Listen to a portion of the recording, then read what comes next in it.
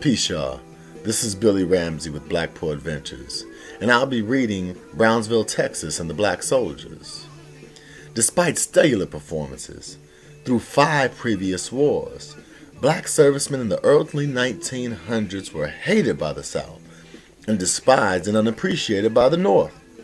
Southerners hated blacks in uniform because radical Republicans in Congress had used black soldiers to police the South during the Reconstruction and as an added humiliation after their Civil War defeat.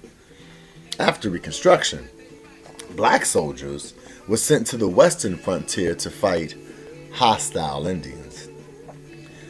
But they found that the environment of white racism was tremendously more hostile than Native Americans. So nothing more typified American racial hatred for the black soldier than the Brownsville affair. During the summer of 1906, the 1st Battalion of the 25th Infantry Regiment was transferred from Fort Niobrara in Nebraska to Fort Brown, a post near Brownsville, Texas, at the mouth of the Rio Grande River. Now, they were there to protect against the Mexican revolutionaries. These 167 men had outstanding credentials for service, loyalty, discipline, and bravery during the battles fought in Cuba and the Philippines. 6 of these black soldiers held the Medal of Honor, and 13 had been awarded for their bravery in the Spanish-American War. These are some bad brothers, man. More than half of the soldiers had been in uniform for more than 5 years. Nearly 5 had served in active duty for more than 10 years, and 1 had accrued more than 27 years.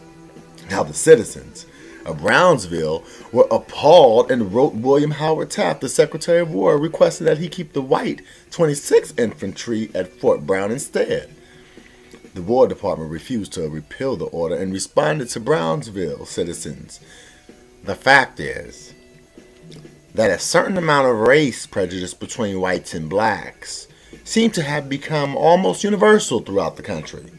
And no matter where colored troops are sent, there are always some who make objections to their coming.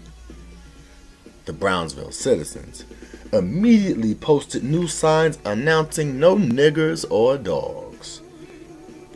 They did this on salons, restaurants, and all public and recreational facilities. However, since Brownsville is located near the Mexican border, most of the town's inhabitants were low-paid Mexican workers, and these Hispanics welcomed the soldiers at their establishments.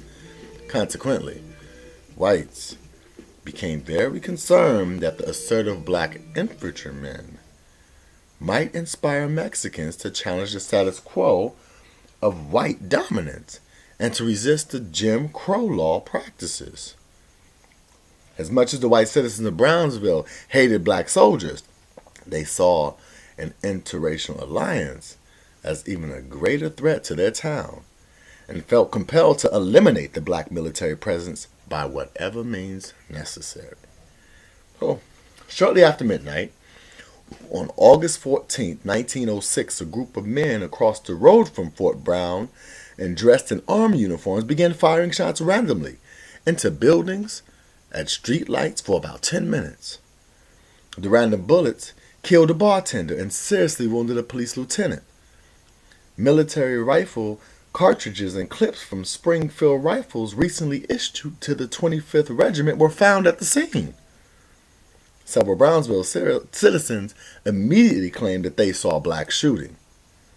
Major Penrose said it could not have been black soldiers because the battalion's soldiers were accounted for by the company commanders at the 10 p.m. curfew check-in, and again immediately after the shooting. The rifles were also checked, and none had been recently fired. The major stated that anyone could wear an army uniform because old uniforms were routinely discarded right outside the fort, and that ammunition and rifles were known to have been sold to the citizens of Brownsville by the white 26th Regiment that occupied the fort before the black soldiers. Brownsville Mayor Fred Cum organized an investigating committee of local citizens who found witnesses who professed to have heard voices that sounded black. 5 witnesses said they saw black soldiers but could not identify anyone, and they weren't under oath. The committee prefaced their questions by stating, "We know that this outrage was committed by Negro soldiers. We want any information that will lead to a discovery of who did it." The committee did not call a single soldier to inquiry. After one day of testimony, the committee sent a telegram to President Theodore Roosevelt stating, "Our women and children are terrified, and our men practically under constraint, constant alarm and watchfulness. No community can stand this strain, and we actually have these troops at once removed from Fort Brown and replaced by white soldiers." President Roosevelt ordered 2 investigations. One by Major August Bloxam and a second by General Ernest Garlington, a racist native of South Carolina. They took as evidence the testimony of the white citizens and spent military cartridges and concurred that the black soldiers had committed the crime. They completely ignored the testimony of a civilian employee of the fort who swore that after the shooting he had seen 4 Brownsville citizens dressed in uniforms and carrying rifles. So the officers concluded that the black soldiers' denial of the shooting was proof of conclusion and a conspiracy of silence. And since no soldier would confess, they recommended dismissing the entire battalion.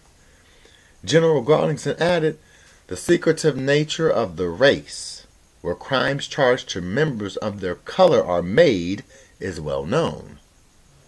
President Theodore Roosevelt delayed his decision until after his re-election so not to lose much-needed black support. Politicians, you know.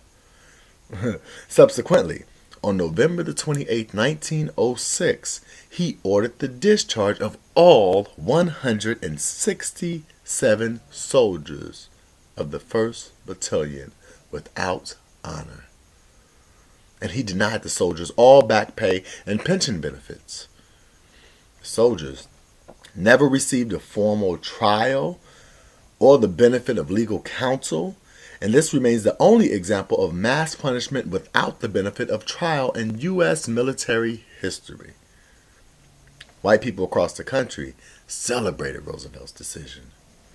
The New Orleans Picayune reported, "Whatever may be the value of the Negro troops in the time of war, the fact remains they are a curse to the country in time of peace."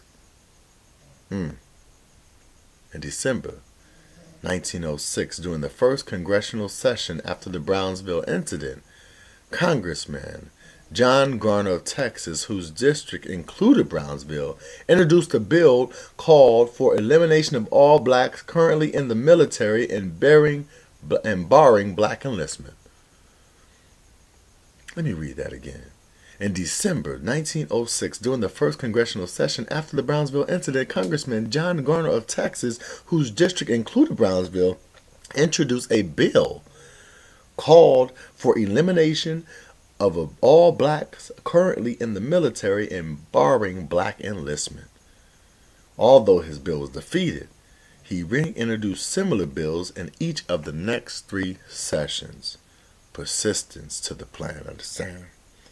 Franklin Roosevelt rewarded Garner's racial hatred by selecting him as vice president in 1932 and 1936. Senator Joseph Foraker of Ohio tried to rally support without success for the black soldiers and even proposed a bill providing the men an opportunity to reenlist.